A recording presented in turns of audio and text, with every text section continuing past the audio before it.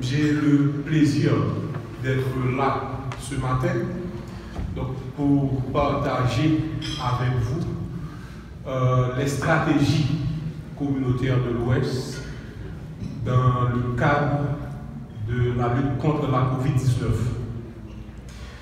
Donc c'est vrai, le choléra n'est pas la COVID-19, mais cependant, il y a beaucoup de ressemblances dans les stratégies. Et aussi bien que moi, vous savez, dans le choléra, on avait mis en place 4 grands axes d'intervention. Il y avait la surveillance épidémiologique, il y avait l'axe de la prise en charge, disons l'axe de la communication ou promotion à la santé, et la question d'eau et assainissement. En plus de ces 4 grands axes d'intervention, il y avait aussi l'axe de la coordination. Maintenant, ce n'est pas le choléra, c'est une autre pathologie. Il s'agit bien de la COVID-19 ou du nouveau coronavirus, comme vous le savez. Encore, je ne vais pas vous parler de la prise en charge, mais de tout ce qu'on fait au niveau de la communauté en termes de réponse. Au niveau de l'Ouest, nous avons adopté une approche intégrée. Ça veut dire avec la participation de tous les acteurs œuvrant dans la lutte contre la COVID-19 au niveau de l'Ouest. Et dans cette approche, il y a une bonne coordination, comme vous pouvez le voir ici, une bonne coordination, une communication efficiente, l'harmonisation des interventions sur le terrain à travers la création des équipes mixtes, pas seulement avec les membres ou les équipes de la DSO, je parle des Émirats, les équipes mobiles d'intervention rapide, je parle des ASCP, je parle des officiers sanitaires, mais il y a aussi les équipes des partenaires qui participent dans la réponse au niveau de la communauté avec eux. Il y a l'accès en temps réel à l'information, il y a le traçage, la réponse rapide et le suivi des cas. Voilà, parlant des approches intégrées, tout se passe sous le lead de la direction sanitaire de l'Ouest.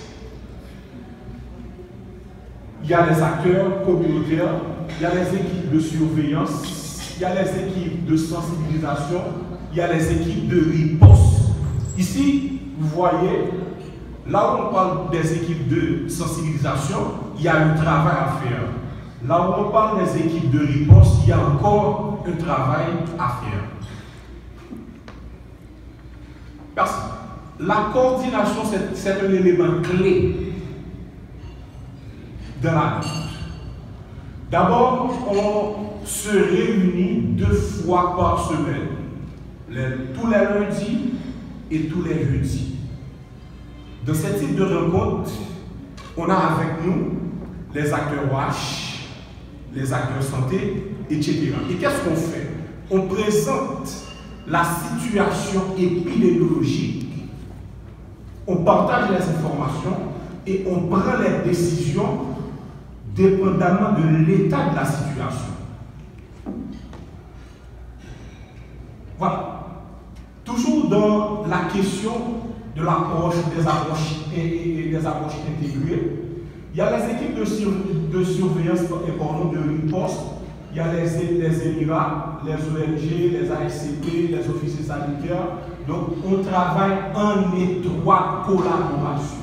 Qu'est-ce qu'on fait? Il y a le support à l'aide communautaire, les équipes de riposte composées des Émirats, des ASCP. Au niveau au niveau du terrain, s'il y a une situation quelconque, s'il y a des cas suspects, s'il y a quelqu'un qui présente un symptôme lié à la COVID-19, tout de suite, l'équipe de riposte remonte les informations et on va prendre les décisions qui s'imposent. Les équipes de riposte sont là pour faire des réponses concernant les cas suspects et aussi concernant les cas confirmés. Mais avant l'intervention des équipes de riposte, il y a les équipes de sensibilisation qui partent sur le terrain pour faire une préparation pour les équipes de riposte. À remarquer, vous savez qu'il y a jusqu'à présent un problème de stigmatisation lié à la COVID-19. Maintenant, pour minimiser tout ça, il faut qu'il y ait d'abord un travail au niveau du terrain avant l'intervention des équipes de riposte qui est beaucoup plus ciblé. Donc, les équipes sensibles font une intervention, font des activités au niveau du terrain. Mais ça concerne beaucoup plus la majorité des gens qui se trouvent dans la zone. Il y a, jusqu'avant, on remonte un petit peu, voilà. Il y a les investigations, l'élèvement de spécimens, ça concerne aussi les équipes de surveillance. Il y a les activités de désinfection, éducation du ménage, encore les équipes de riposte. Il y a le suivi de cas, le support dans la quarantaine. Encore, ça concerne les équipes de riposte.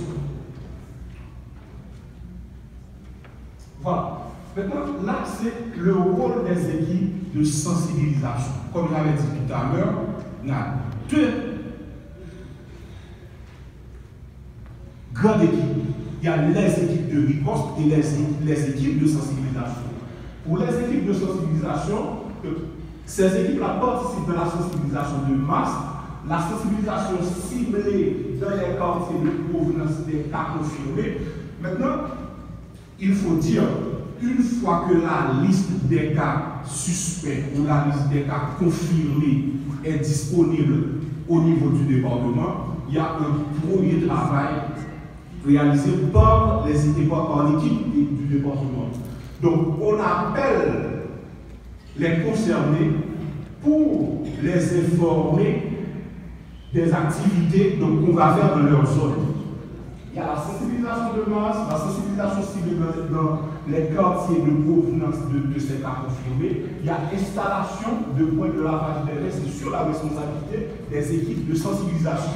Maintenant, là, les équipes de sensibilisation n'ont aucun rapport avec les noms des personnes concernées. C'est seulement les rues, les quartiers qu'on partage avec ces équipes et elles partent pour aller faire la sensibilisation de masse dans ces zones. Donc, elles n'ont rien à voir avec les noms des concernés.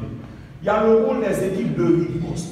Les équipes de riposte, comme on avait dit, ces équipes-là sont composées des ENIRA, des agents de santé communautaire polyvalents et des officiers sanitaires certaines fois, et avec la participation aussi des équipes des partenaires. Donc, les équipes de riposte apportent un appui à la surveillance épidémiologique, donc l'appui à la l'aide communautaire, la recherche active de cas, et ces équipes-là aussi font la sensibilisation. Voilà, donc pour le rôle des équipes de riposte, il y a l'intervention domiciliaire. Donc l'intervention domiciliaire, c'est pour partager, pour discuter avec les concernés sur l'ensemble des mesures barrières qu'il faut adopter contre la COVID-19. Il y a la formation du ménage à l'hygiène de l'habitat, l'évaluation clinique de la base du patient COVID-19, il y a le support dans la quarantaine, donc il y a aussi l'identification des contacts, suivi des cas confirmés et contacts, tout ça c'est par les ENIRA et les ASCP. Il y a les interventions dans les espaces collectifs précaires, donc comme orphelinat, maison de retraite, etc. Voilà, l'implication des acteurs communautaires. Ils sont essentiels pour l'efficacité de la réponse communautaire. Donc les équipes travaillent en étroite collaboration avec les acteurs communautaires comme les autorités sanitaires, les ASEC, les CASEC, les OCB, les comités communaux de santé, etc. Vous savez,